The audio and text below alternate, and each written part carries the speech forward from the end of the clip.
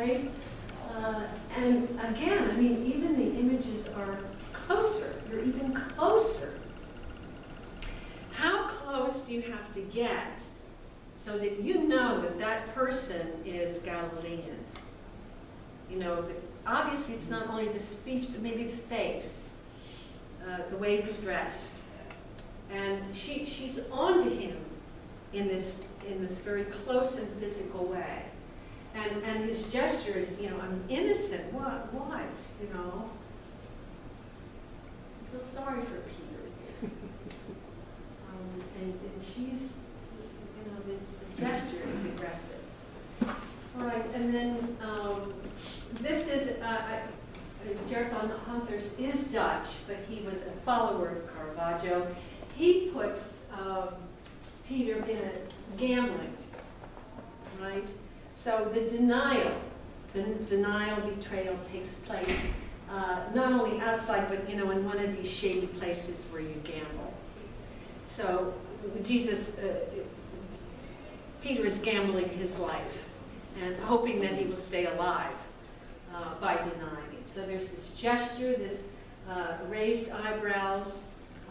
I think he carries a kind of stature, though. He's kind of above it all. Do you read it that way?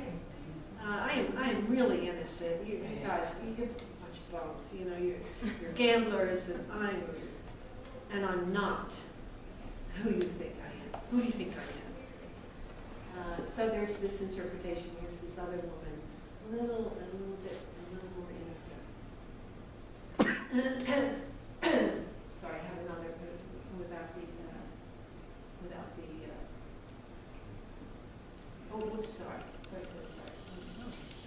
I have to go back here. This is another one of his. So here we have one of the priests, probably Caiaphas, not sure. And there's space up here. This is Jared van Honthorst. And I can't find another Jesus that looks quite like this. You know, we see him suffering, we see him, you know, forgiving, we see him. What does this look to you? He seems a little cocky to me, almost like that. Yeah, like, what do you think he's thinking? Indifferent resignation?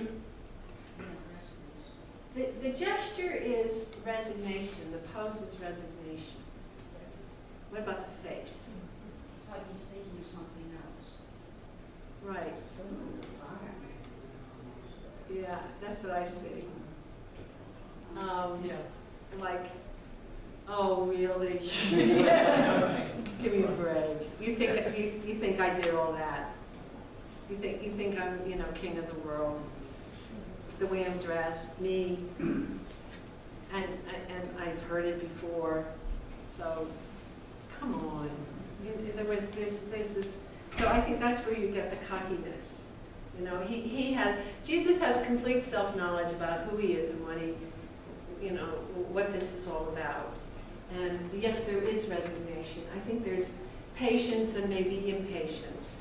Like, you know, how many more of these questions? How many more of these dumb questions do I have to answer before, you know, I'm done in? You know, what do you want? What do you want me to say? So, and look at this. You know, this authority and how he looks down on it. There's no question about it. All right, so now this tells a different story, and it dramatizes it in a different way.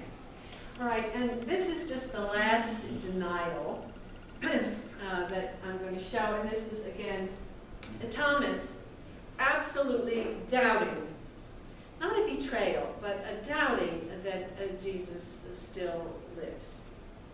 And it's all about faith, and Thomas didn't get that, right? So what we're looking at is, I guess, the absence of faith. And Jesus says, of course, you have seen, so now you believe. Followed by, blessed are those who have not seen, but believe. Right? So we have not seen, right? Christian church has not seen, but we believe. And so this is crucial. And I'm glad in a way that this is so physical. Because it's not, right? So in a way, it's a tease. You have to come to grips with this. How many movies do you have to see about the crucifixion of Jesus before you get it, right? And how many sightings of Jesus do you have to realize that, you know, he says, I'm not me anymore. He actually says it, right? But how long will it take us to believe that? So I think that's what this is. And there's so many versions of this. Here's Straussy, this is Italian, also a follower of Caravaggio. Actually putting the finger in this. My favorite, hands and hands and hands lady, Judas Straussy was a really good follower of Caravaggio. This is Guercino, who has this patient. And look at Thomas. He just can't believe it, right? So physical. But of course, in the 17th century, Guercino is, say, the 17th century follower of Caravaggio. Another attitude that Jesus has.